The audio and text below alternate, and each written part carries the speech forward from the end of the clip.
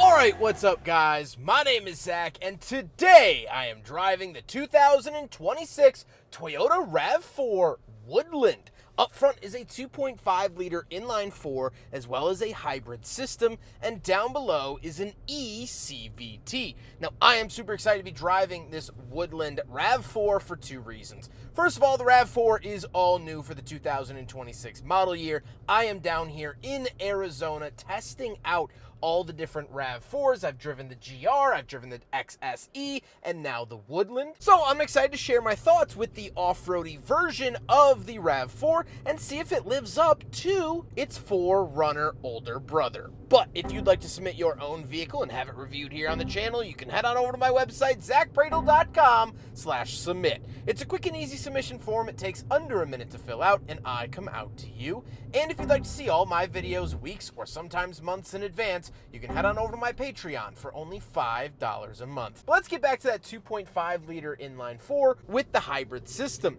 Well, there are two ways to get the Woodland. You can get the plug-in hybrid or the standard hybrid. This is the standard hybrid. It is going to cost less, but it will also have less power. This has 236 horsepower and 163 pound-feet of torque, where the plug-in hybrid has well over 300. I like the standard hybrid though. It will cost less. However, at the time of filming, I don't know exactly how much less. They have not released the MSRPs for these, but it will cost less. It's going to be the more affordable option. Paired to it is an eCVT. I like it. It works well. Even off-road, it did pretty well, and I'll talk about that here in a second, but the eCVT is honestly not a worry. Toyota's been doing a really good job with them. And last but not least, the Woodland only comes in all-wheel drive, where you can get the standard RAV4 in front wheel. The Woodland edition only comes in all. How does it feel to drive the Woodland? It's good. The Woodland is a off-road version of the RAV4, and we'll talk more about that with the rest of the video, but it does get chunkier tires and bigger sidewall and bigger treaded tires, and you don't really notice it on the road. Driving to and from my filming location, driving this around southern Arizona, the tires haven't been loud. They are noisier than the standard tires, of course, but only marginally. So that's a very nice thing.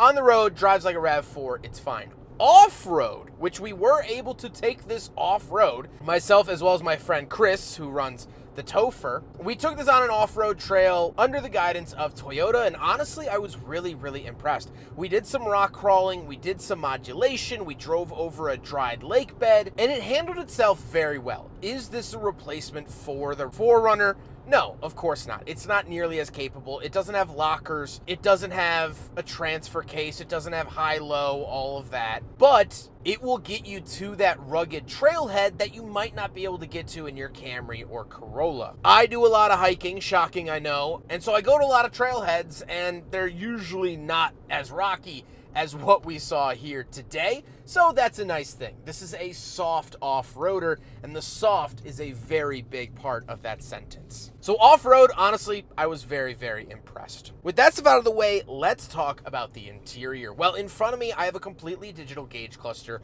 All new RAV4s come with digital gauge clusters, so I like to see that for sure. I think it's clear and easy to read and has a good refresh rate to it. On the steering wheel, off to the left, we do have our selectors for that gauge cluster screen, as well as our volume and skip track, and off to the right, we have our adaptive cruise control, and we do get this red little line down at the bottom for the Woodland edition, which is very nice to see. Off to the left, we do have a climate control vent, and down below, we have our gauge dimmer switch, tailgate release, and gas cap release. Moving out of the door, we do have our power mirrors, power locks, and power windows. However, no memory seats here in this Woodland.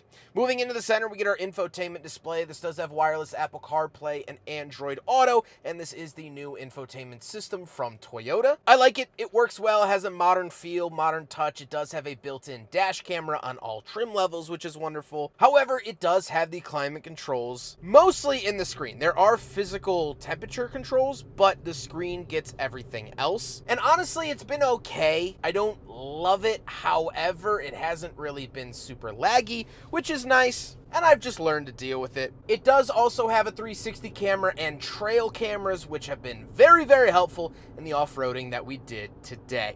Down below, we do have those physical temperature controls as well as our physical volume knob. Again, I love the fact that they didn't go the direction of the Corolla and Corolla Cross by taking away the volume knob. It still has one for the foreseeable future.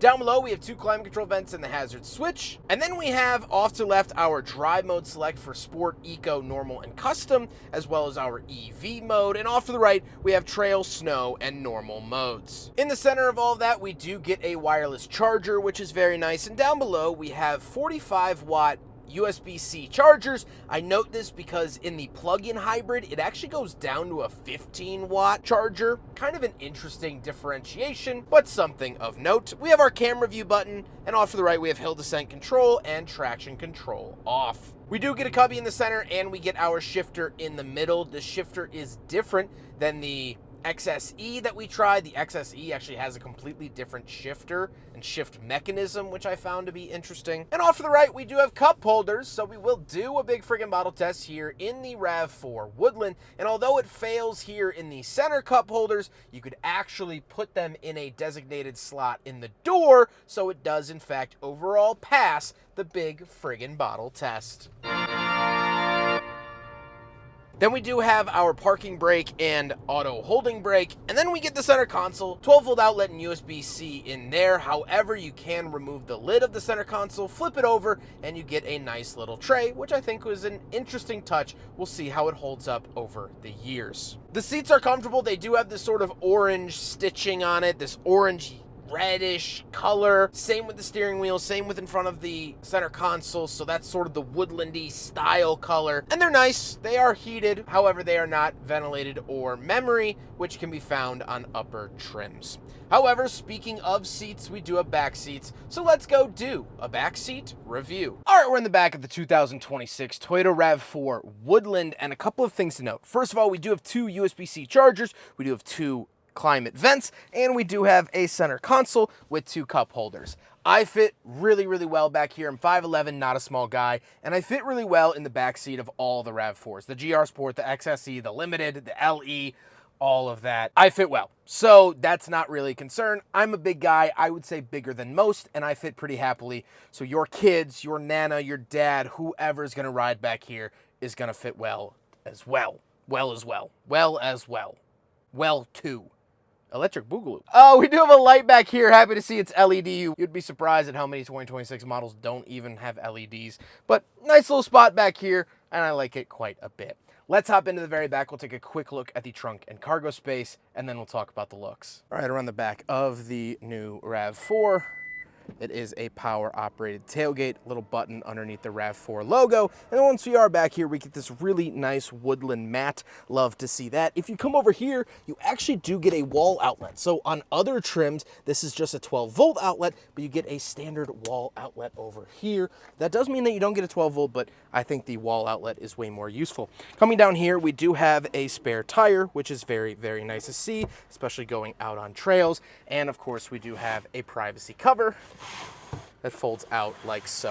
So plenty of space around the back of the RAV4, to be expected, but just wanted to double down. Now we gotta talk about the looks, and there's a couple of things that has changed for the Woodland. First of all, the front fascia is a little bit different. It has these like little blocky things underneath the headlights, which I think is interesting. And it does have the rigid lights up at the front. Very, very cool to see that. I am so used to seeing those on Land Cruisers and 4RUNNERs and Tacoma TRD Pros. It's funny to kind of see them here on a RAV4. We do get the chunkier, knobbier tires, but let's do a walk around. This particular one is finished in urban rock exterior color, and I like it. I like the overall look of the new RAV4. It is a lot boxier than the previous generation, which I think is cool. I like to see cars going back to that for sure. And this does have a trailer hitch because it can tow 3,500 pounds, which is not a small number. A little pop-up camper, a Miata on an aluminum trailer will work being pulled by this RAV4.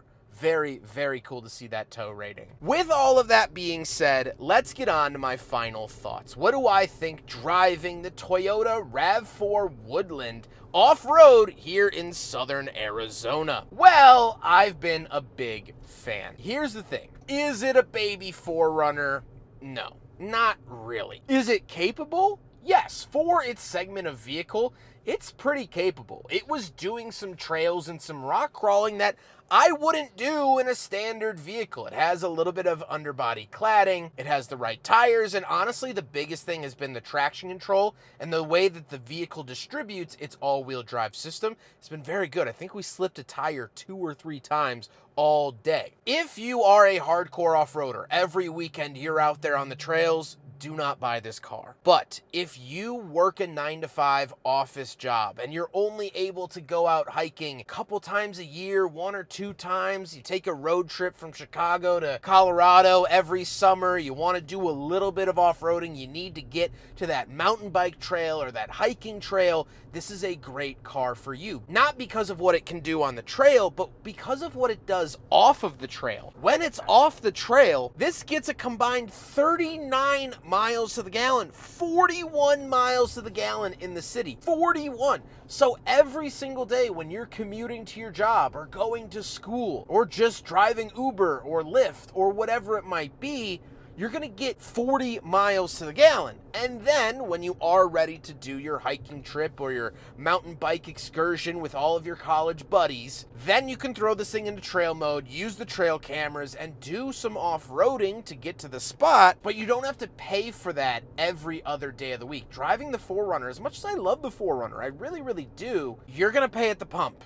I got maybe 20-ish miles to the gallon when I was driving the 4Runner all day. This literally gets twice the gas mileage. And so it is a soft off-roader. Is this what I would want to compete in the next King of the Hammers? Not quite. But for someone that just has a slightly more active lifestyle, I think this is a good option because there's very few downsides for what it gains off the beaten path. I hope you guys enjoyed the video. Huge thank you to Toyota for flying me down here to Arizona to try out their new line of Rav4s. I will also have a GR Sport Rav4 as well as an XSE video on my channel. So if you're interested in checking out those other trims, you can do so at the end of this video. But I hope you guys enjoyed the video. Don't forget to rate the video, comment on the video, and subscribe if you really liked it.